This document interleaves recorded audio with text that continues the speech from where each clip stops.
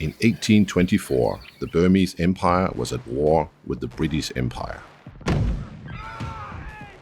Early in the year, Burma's seasoned soldiers, led by the confident Maha Bandula, gained ground, threatening British-held Chittagong and eyeing Calcutta. British forces were defeated at Ramu in May 1824, but Maha Bandula had to retreat due to unfolding events in Burma. To avoid jungle combat, British forces launched a May assault on Rangoon via the sea, with the Burmese retreating to fortified countryside positions. The Burmese king recalled Maha Bandula to retake Rangoon with 30,000 veteran soldiers, but poorly equipped, they made the mistake of a head-on assault against the British. Using Congreve rockets, the British devastated the Burmese forces, resulting in a massacre. Regrouping his reduced forces at Danabur, Maha Bandula launched a counterattack with elephants, but British Congreve rockets spooked them into trampling Burmese soldiers. To boost morale, Maha Bandula paraded with a golden umbrella, but this made him a target for British rockets, and he was killed on April 1st. Although victorious on the battlefield, the British failed to supply their troops, halting their advance and leading to tropical diseases. 15,000 British soldiers died in the war, but mostly due to tropical disease. In 1825, British progress in conquering Arakan and Assam was slowed by fierce Burmese resistance and the dense jungle. In November, 10,000 Burmese troops surrounded the British in a last-ditch effort, but were decimated by superior British firepower and rockets, causing their war effort to crumble. By February 1826, the Burmese agreed to peace.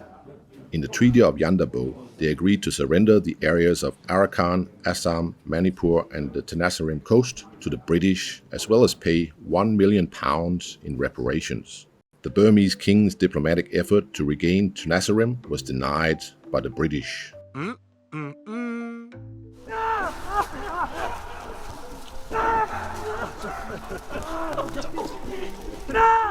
The Burmese king struggled with what we today call bipolar disorder and became less and less effective as a leader. Burma sought to station their diplomat in London, but the British restricted them to Calcutta, which offended the Burmese.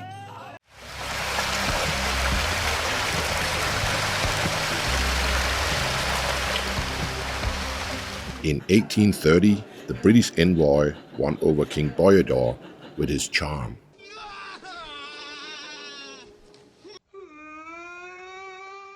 By 1831, King Boyador's deteriorating mental state led the Queen to take over his duties.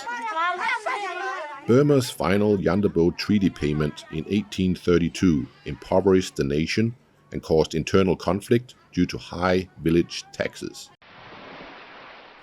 In 1833, Burma regained territory from Manipur, but Britain's refusal to return the Tenasserim coast and threat to sell it to Thailand created more bad blood.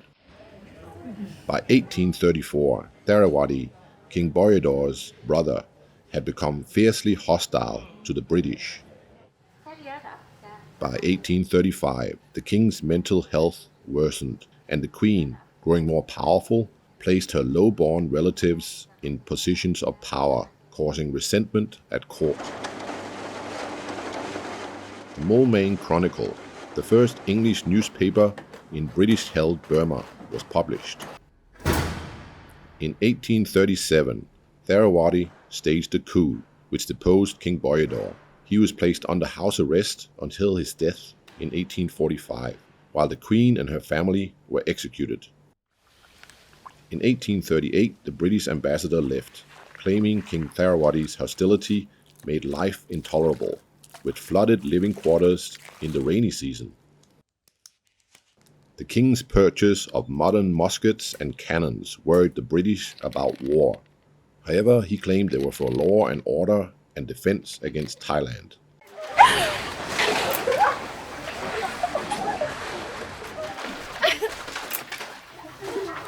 By 1840, all British diplomats had left Burma, which King Tharawati celebrated as a symbolic victory. The Burmese court was happy because they saw the diplomats as an insult due to them being sent from the viceroy in Calcutta and not from the British Queen. In 1841, the Burmese king's parade in Rangoon alarmed the British. They expected war.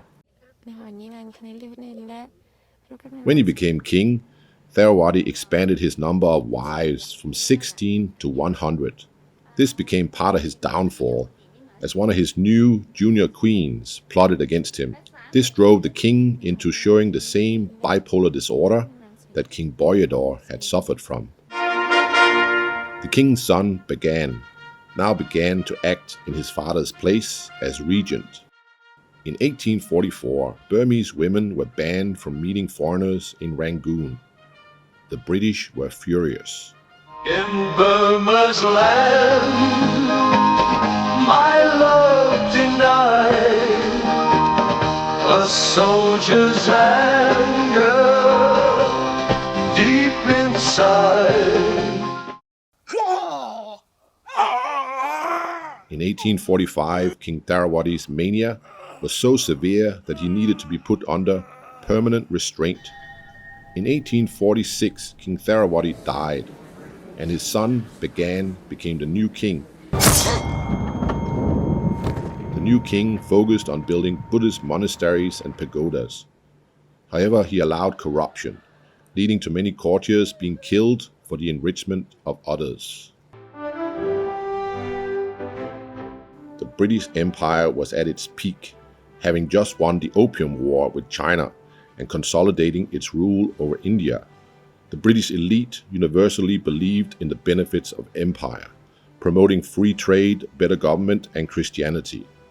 Governor-General Lord Dalhousie, a staunch imperialist, was outraged by the Burmese kingdom's blatant disrespect for the British Empire. By 1849, Dalhousie was ready to subjugate Burma after quelling dissent in India. However, King Bagan, unlike his predecessors, did not provoke the British.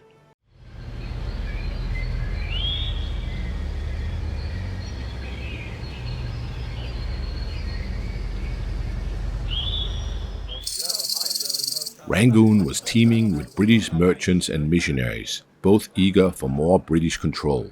The merchants wanted to make more money and hated Burmese regulations and taxes. The missionaries were determined to spread Christianity and convert the Burmese, whom they saw as heathens. Late 1851 saw Rangoon's port as a cesspool of smuggling. The Burmese governor tried to impose stricter fines to clean up the port, but this infuriated the British traders. Two British captains exaggerated their plight, and Dalhousie saw an opportunity to intervene. He sent Commodore Lambert to demand £1,000 in compensation from the Burmese. In a shore force, Lambert's warships entered Rangoon, flaunting British power. The Burmese were quick to react, firing the governor and offering compensation. But Lambert's seizure of a royal ship led to explosive cannon fire and chaos.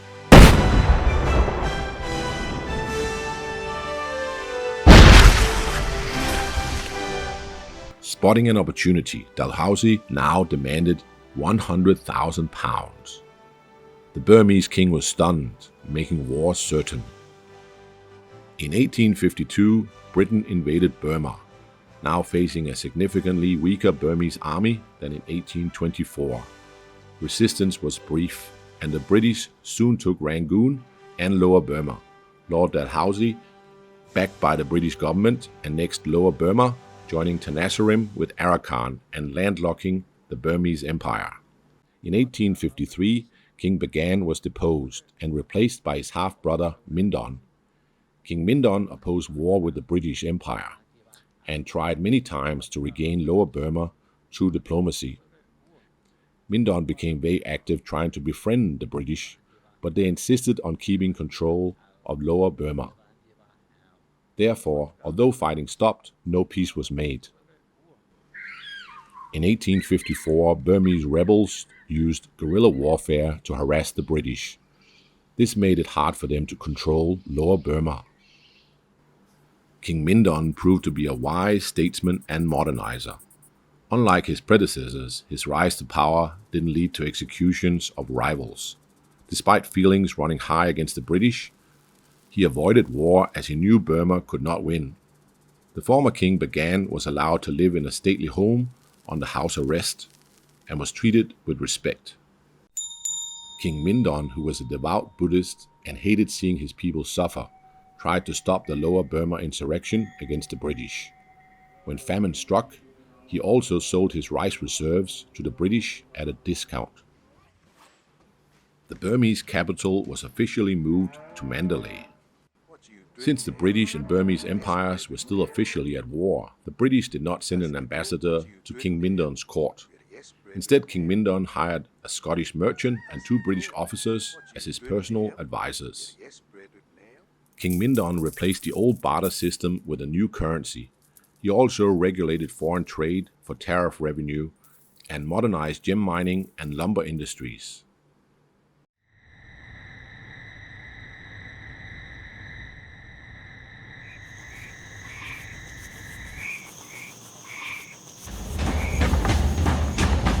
Prince Kanong, Mindon's brother, took a great interest in industry and built factories in Burma.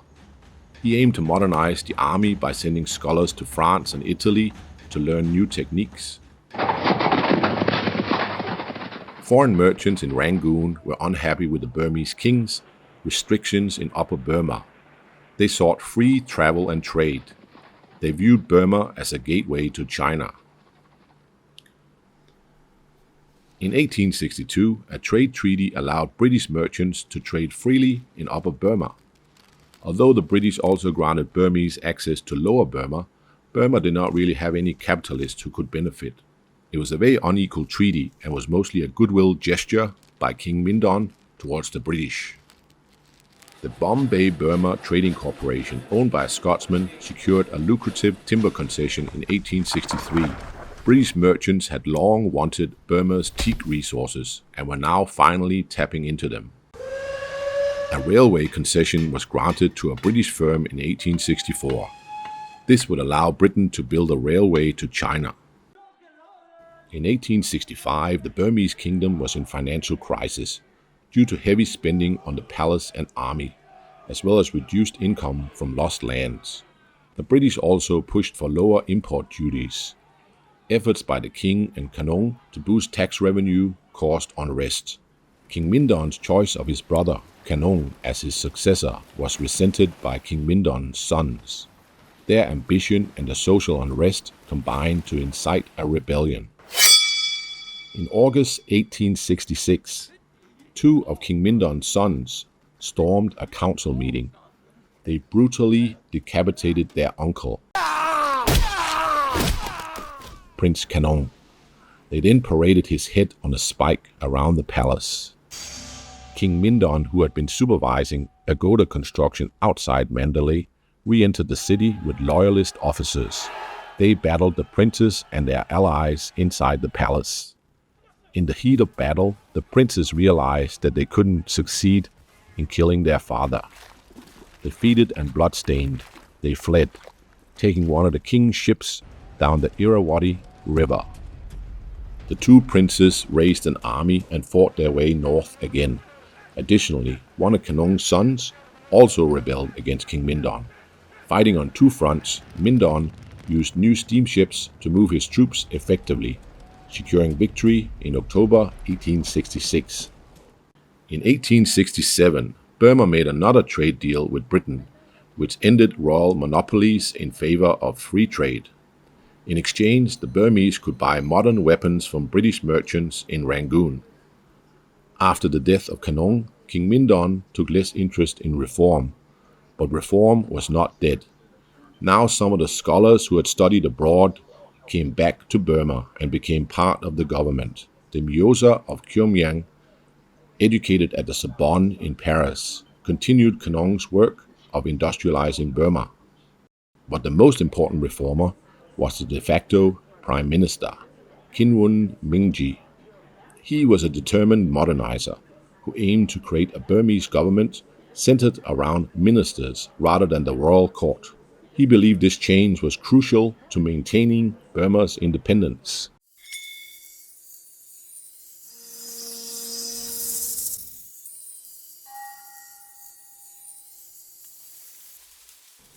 In 1870, a telegraph line was established between Mandalay and Rangoon.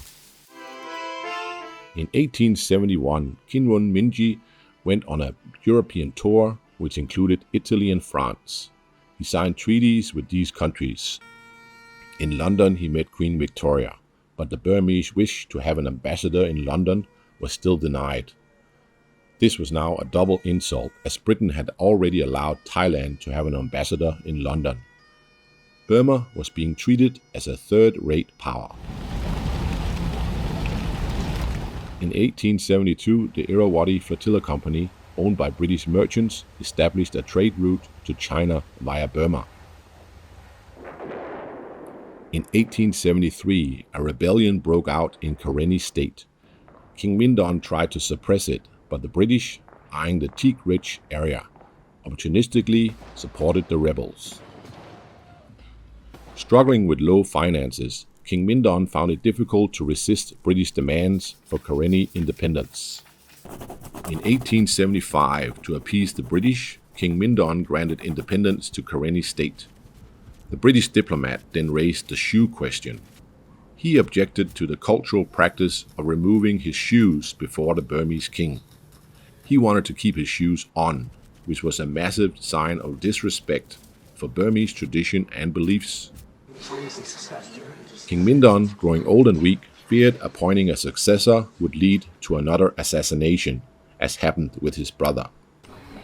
In 1877, as King Mindon fell ill with dysentery, succession plots emerged.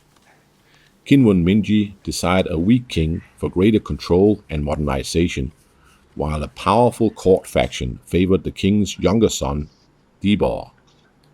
In 1878, Kinwon Minji and Thibor's faction joined forces and set a plan in motion as King Mindon lay dying. Thibor, in love with his ambitious half-sister, Supayolat, saw her have other royals arrested and killed. Kinwon Minji allowed the bloodbath to secure Thibor's rule. Supayolat rose to become a very powerful queen. She made Thibor monogamous, which was totally new, as Burmese kings usually had many wives. She also resisted the modernizing ministers. She opposed limits on royal power and spending, because she wanted to reward her court favorites lavishly.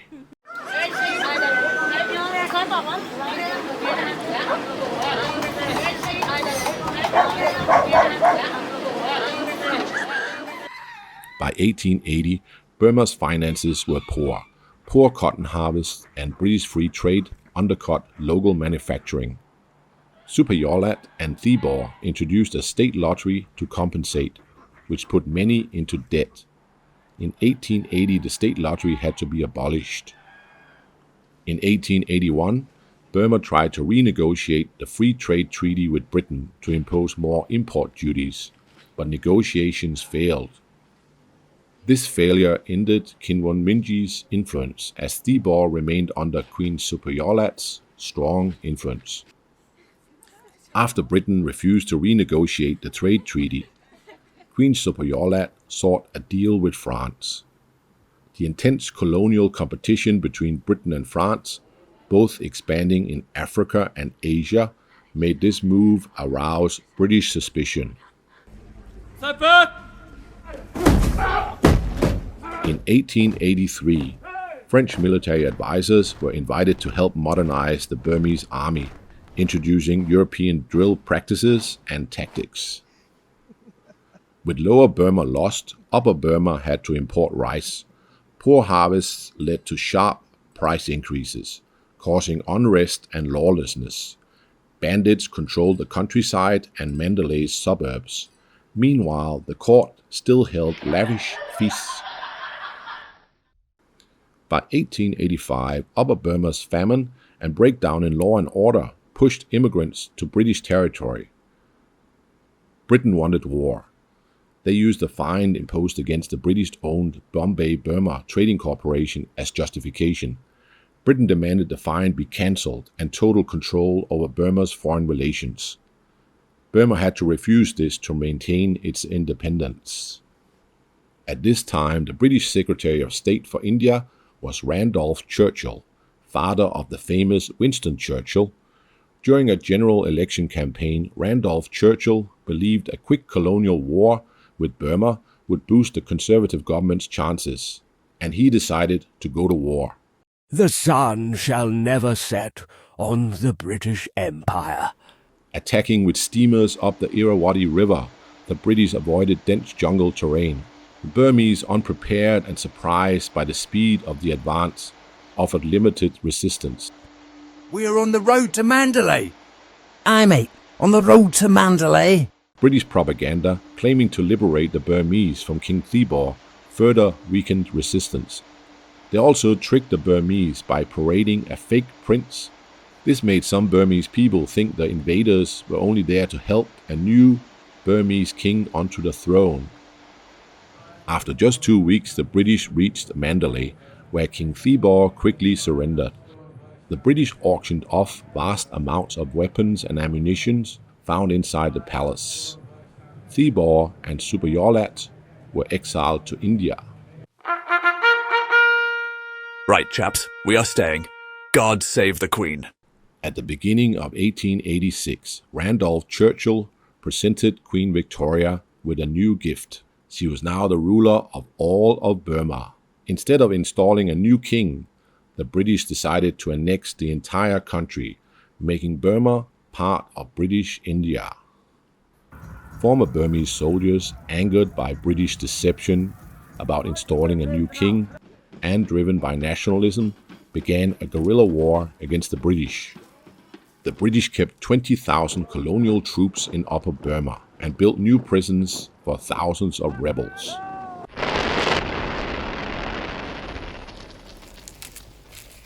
To break the rebels, the British burnt rebel villages and forcefully relocated their sympathizers.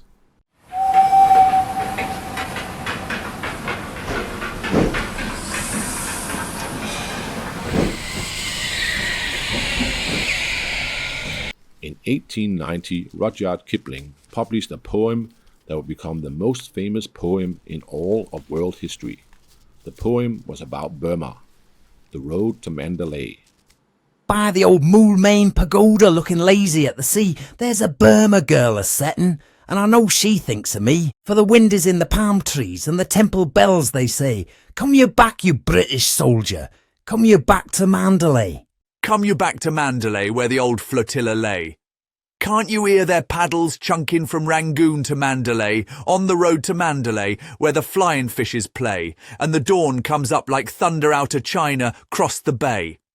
Her petticoat was yaller, and her little cap was green, and her name was Supayolat, just the same as Thebaw's queen, and I seed her first a smoking of a whacking white cheroot, and a wasting Christian kisses on an even idol's foot. Bloomin' idol made of mud, what they called the great gourd bud plucky lot. She cared for idols when I kissed her where she stud. Ship me somewheres east of Suez, where the best is like the worst, where there aren't no 10 commandments, and a man can raise a thirst, for the temple bells are calling, and it's there that I would be by the old Moulmein pagoda, looking lazy at the sea.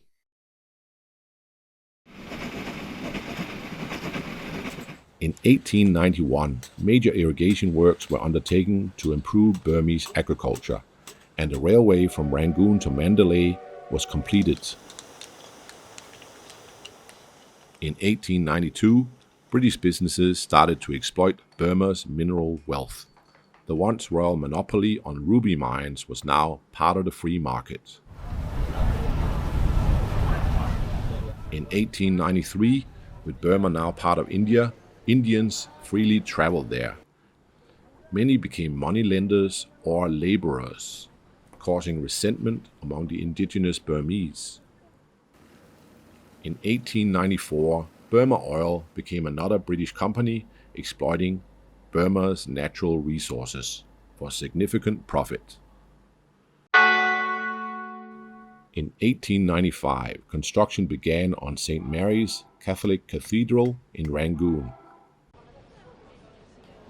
In 1896, Rangoon, under British rule, became a cosmopolitan center.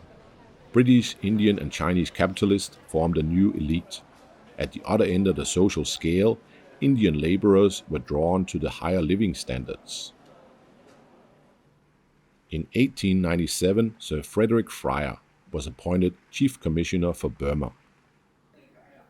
The British Empire promoted Western-style education in Burma, focusing on government and Christian schools, gradually replacing Buddhist monastery schools.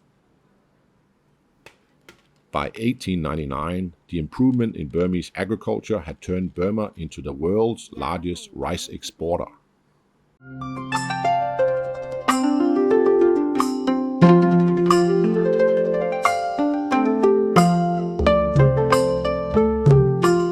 Colonial Rangoon was culturally diverse.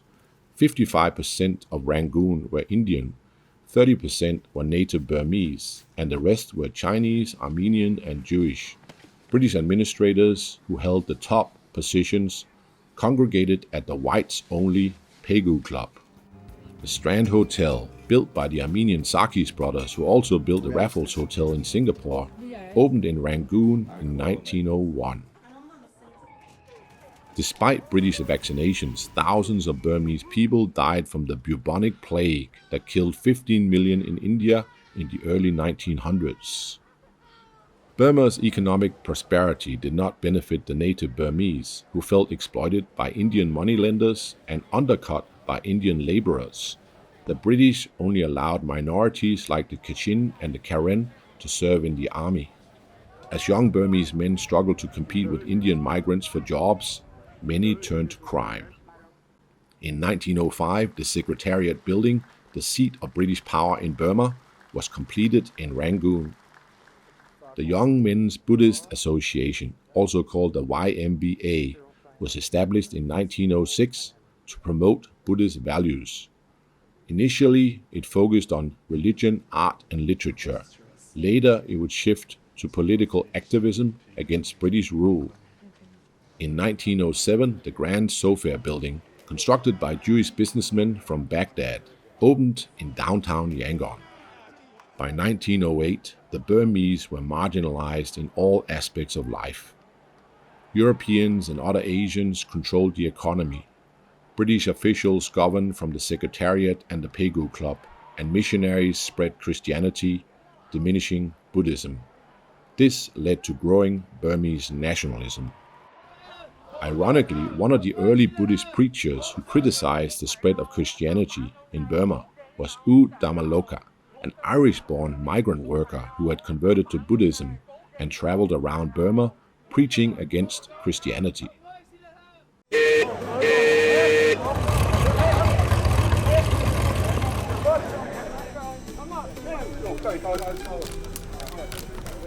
In 1910, the British convicted U Damaloka for his anti-Christian preaching, which they felt undermined British rule. In 1911, the YMBA demanded Buddhist education in schools, believing that neglecting Buddhism caused issues like theft, murder, and alcoholism. They set up many schools fostering Burmese nationalism. In 1912, the shoe question became a major nationalist issue, as the British refusal to take off their shoes in pagodas insulted Burmese culture. Traditional Burmese people found it controversial when women began wearing imported Western clothes. Before 1914, the German community was the largest Western group in Rangoon after the British. This changed with the outbreak of World War I. In 1915, Burmese soldiers were deployed to Mesopotamia to fight against the Ottoman Empire. Burmese nationalists were inspired by the 1916 Easter Rising in Ireland, hoping for their own freedom from British rule. In 1917, a British commission explored self-rule in India, but deliberately excluded Burma, assuming the Burmese were happy with direct British rule. The Spanish flu reached Burma in 1918, killing hundreds of thousands of people. Inspired by Gandhi's resistance to colonial rule in India, Burmese nationalists grew more determined.